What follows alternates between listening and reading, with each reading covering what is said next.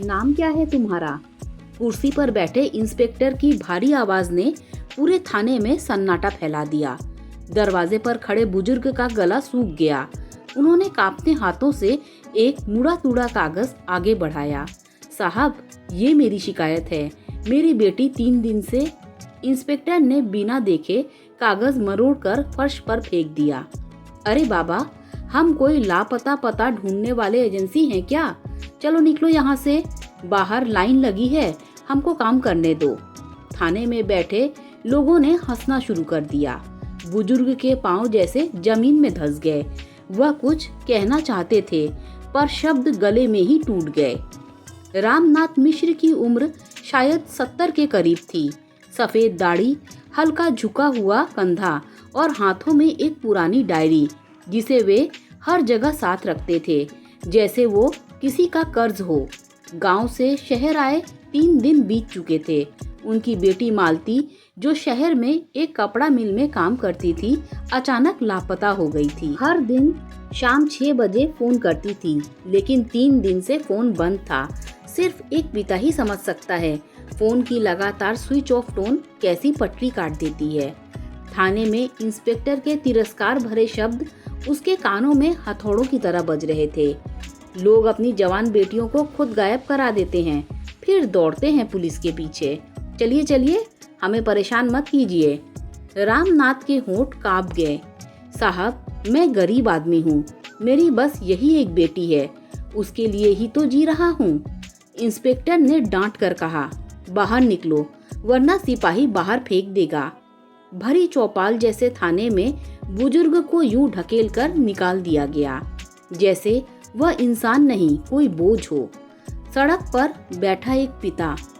बाहर सड़क का कोलाहल था, पर रामनाथ के भीतर एक ही आवाज गूंज रही थी, निकलो यहाँ से। वे सड़क किनारे फुटपाथ पर बैठ गए। सारा शहर घूम आए, फैक्ट्री, हॉस्टल, सहेलियों के घर, कहीं पता नहीं चला। अब थाने से भी उम्मीद खत्म हो गई थी। उनकी आंखों से पानी बह रहा था, लेकिन उन्होंने चेहरे पर हाथ नहीं रखा। शायद दर्द पोंछने लायक हाथ भी बारी हो चुके थे। उसी समय 22-23 साल का एक लड़का वहां आया। उसका नाम था आदित्य। पास ही की मेडिकल शॉप में काम करता था। बाबा, आप यहाँ कब से बैठे हैं? सब ठीक है? रामनाथ ने भरभरा कर कहा, बिटिया गुम हो गई है बेटा, और पुलिस वाले कहते हैं कि वे आगे नहीं बोल सके। आदित्य के चेहरे पर झटका आया। उसने धीरे से कहा, बाबा उठिए, थाने वाले सुनेंगे, पर अकेले जाएगा तो कोई ध्यान नहीं देगा। आदित्य ने बुजुर्ग को सहारा दिया और थाने के अंदर ले गया। थाने में तूफान। इस बार रामनाथ नहीं बोले। आदित्य ने सीधे इंस्पेक्टर की मेज पर हाथ रखा और कहा, सर, यह कोई फालतू शिकायत नहीं है। एक लड़की 3 दिन से गायब है। अगर ये आपके घर में होता तो क्या आप भी ऐसे ही हंसते? इंस्पेक्टर भड़क गया। तुम कौन होते हो बोलने वाले? नागरिक हूँ सर, आदित्य ने बिना डरे हुए कहा। और यहाँ सीसीटीवी लगा है। अगर आपने एफआईआर लेने से मना किया तो मैं इसी वक्त मीडिया को कॉल करूंगा। सोशल मीडिया पर 1 मिनट लगेगा आपका वीडियो वायरल होने में। थाने में सन्नाटा फैल गया। इंस्पेक्टर ने एक पल के लिए कैमरे की ओर देखा। उसे समझ में आ गया, आज मामला उल्टा पड़ सकता है।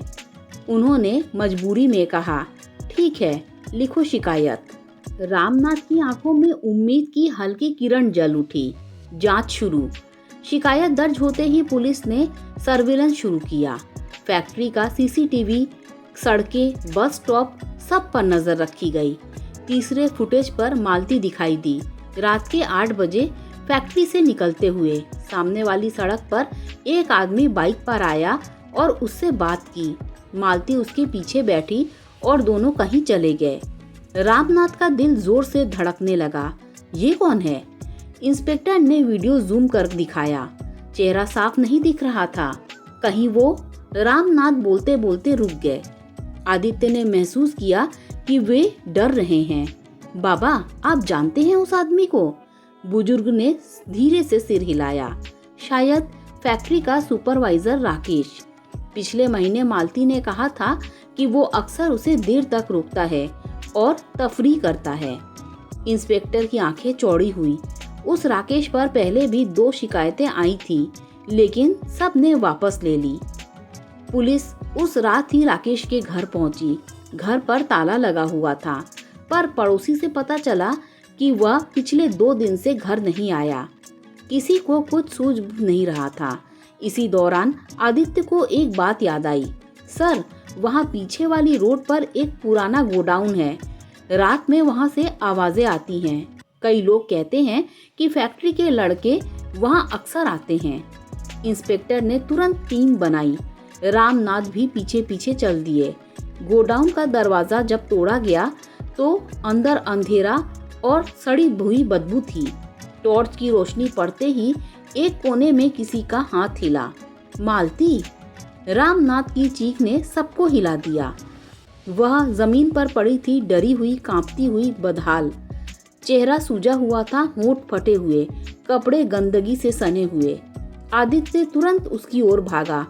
सिस्टर, घबराना मत, अब आप सुरक्षित हैं। मालती फपकते हुए बोली, पापा, वो मुझे जबरदस्ती ले आया था। मुझे लगा मैं वापस नहीं आऊंगी। रामनाथ के पैर लड़खड़ा गए। उन्होंने अपनी बेटी को सीने से लगा लिया, इतना कसकर जैसे 3 दिनों का सारा दर्द एक आलिंगन में निकल जाए। राकेश उस गोडाउन के पीछे से पकड़ा गया। वह भागने की फिराक में था। इंस्पेक्टर की आंखों में पहली बार शर्म आई। उसने बुजुर्ग के सामने सिर झुकाया। माफ करना बाबा, हमसे गलती हो गई। रामनाथ ने सिर्फ इतना कहा, गलती? मेरे जैसे गरीब आदमी को तो आपकी नजर में इंसान ही नहीं माना जाता। इंस्पेक्टर की नजरें नीचे गिर गईं। मालती का इलाज चल रहा था। आदित्य हर दिन अस्पताल आता था। रामनाथ कई बार हाथ जोड़कर उसका धन्यवाद करते, लेकिन आदित्य मुस्कुराकर कहता, बाबा, इंसानियत कोई एहसान नहीं होती। एक दिन मालती ने धीमी आवाज में कहा, अगर वो लड़का ना होता तो मैं शायद जिंदा भी नहीं मिलती। रामनाथ ने उसकी बात सुनी और कहा, बेटा, दुनिया में बुराई भी है पर अच्छे लोग भी हैं। आज तुम इसीलिए जिंदा हो क्योंकि किसी ने तुम्हें अपना समझा। अस्पताल से डिस्चार्ज होने के बाद रामनाथ ने आदित्य को घर आने का निमंत्रण दिया। छोटा सा किराए का कमरा, दीवारों पर उखड़ी हुई पुताई, पर दिलों में गर्माहट। मालती ने चाय रखी। रामनाथ ने धीमी आवाज में कहा, बेटा, थाने में सबने मुझे दुत्कार दिया। तुम ही थे जिसने मुझे इंसान समझा। मेरे पास देने को कुछ नहीं है, बस यह दुआ है कि भगवान तुम्हें हमेशा खुश रखे। आदित्य की आंखें भर आईं। उसने रामनाथ का हाथ पकड़कर कहा, बाबा, कभी भी अकेला मत समझिए खुद को। आपकी बेटी अब मेरी बहन है। मालती ने सिर झुका लिया। उसके गालों पर आंसू थे, पर इस बार डर के नहीं, सुरक्षित होने के थे। फुटपाथ पर रुलाया गया वो बुजुर्ग आखिर इंसान की वजह से ही जीत गया और हमें ये याद दिलाया कि किसी की मदद करने के लिए ताकत ही नहीं, दिल चाहिए। दोस्तों, अगर कहानी अच्छी लगी हो तो लाइक, शेयर, सब्सक्राइब कीजिए। Thanks for watching this video.